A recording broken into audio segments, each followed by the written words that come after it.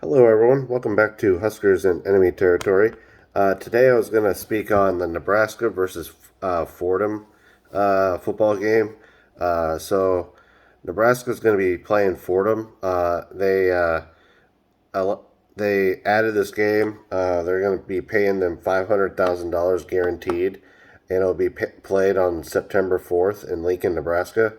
This game will replace the Southeastern Louisiana game on November 13th, which Nebraska is trying to reschedule the game in the next coming years. So hopefully, maybe next year or the year after that, they'll be able to reschedule the Southeastern Louisiana game.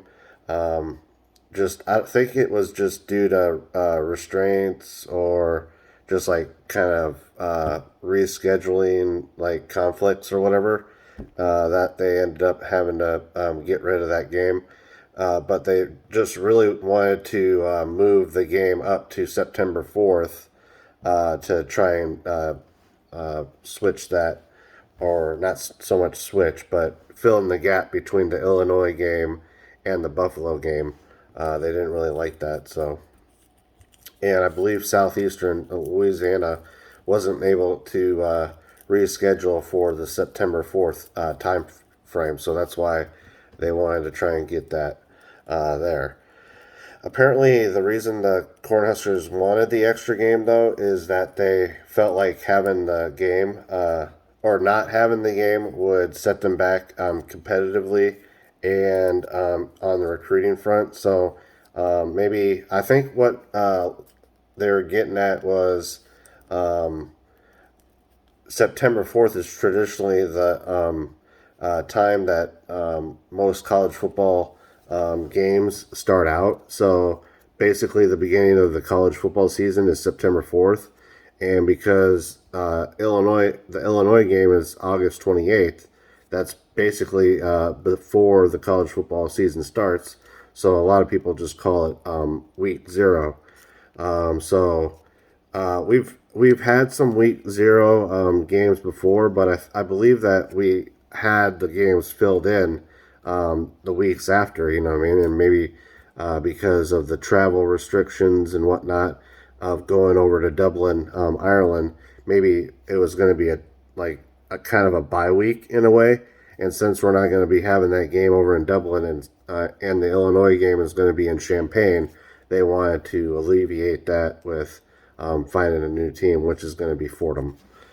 I did a little deep dive into Fordham, and the football team, they played 3 games this spring. Um, Lost 34-24 against Holy Cross. I kind of watched the game a little bit, at least the highlights, and man, Holy Cross just basically dominated Fordham. It seemed like the whole game. I mean, the score was a little deceitful in a way because Fordham was able to score a late touchdown on Holy Cross, and then once Holy Cross got the ball back towards the end of the game, they just basically ran the clock out because they're running quarterback, kind of like Adrian Martinez was able to really do the option against them really well. So I feel like that's going to be really a strength for the Cornhuskers against the Fordham is that they have a hard time covering a very athletic quarterback. Um, the next game, though, they absolutely destroyed Colgate. They beat them 40-8. So you have to wonder what's going on from week 1 to week 2. But maybe they just started figuring things out, and maybe Colgate's one of the weaker teams in the Patriot League. I don't really know. I mean, I didn't really deep go that far into the dive. You know what I mean? The last game, though, they played Bucknell and they won 31-17. Overall, the team looked like they struggled against Holy Cross, and in some ways, Bucknell. But like I said before, they had everything clicking against Colgate. It's kind of hard to really measure what Fordham can do on the football field because they're kind of all over the place a little bit.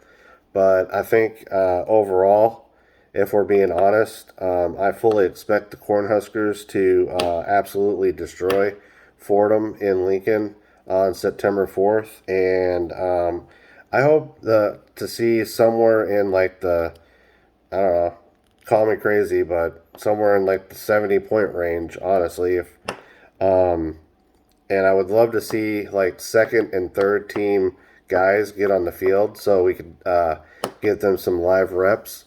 Depending on the score at halftime, maybe have first teamers go until like late third, third quarter or whatever, and then just have the fourth quarter for second, third, and fourth team guys.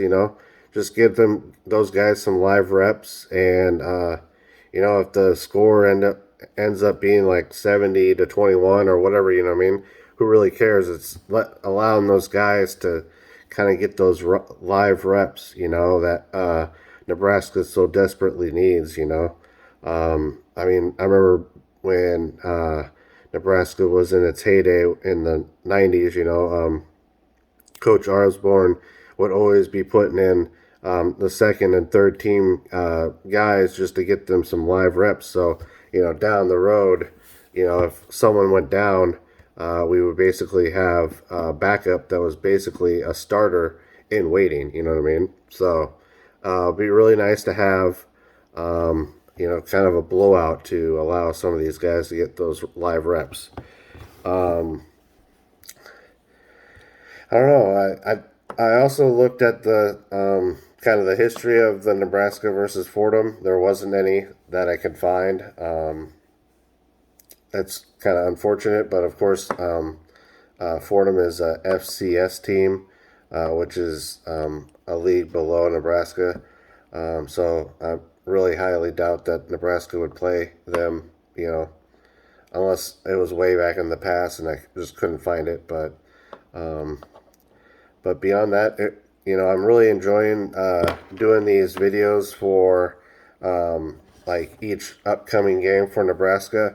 Maybe the next video might be another versus series, maybe like Nebraska versus Wisconsin, traditionally in a sense. But as of right now, it was Fordham. But this will probably be the end of the video, and I appreciate everyone liking and commenting on my videos. On Twitter, I'm about to hit 1,000 followers on there, and I would just like to thank everyone for subscribing to me on Twitter. I also have an Instagram page. I'll try and figure out a way to link that to my YouTube page so you guys can follow me on Instagram. I also have Facebook, but I don't really advertise that as much. That's pretty much for friends and family, in the traditional sense, friends and family, you know what I mean? But, so, yeah. So, this will be the end of the video. Friday will probably be an upload on Saturday because I'm going to be traveling on Friday. So it'll probably be a Thursday recording session and then Saturday release of that video. So don't forget to like and subscribe and turn on the bell notifications. And as always, go Big Red.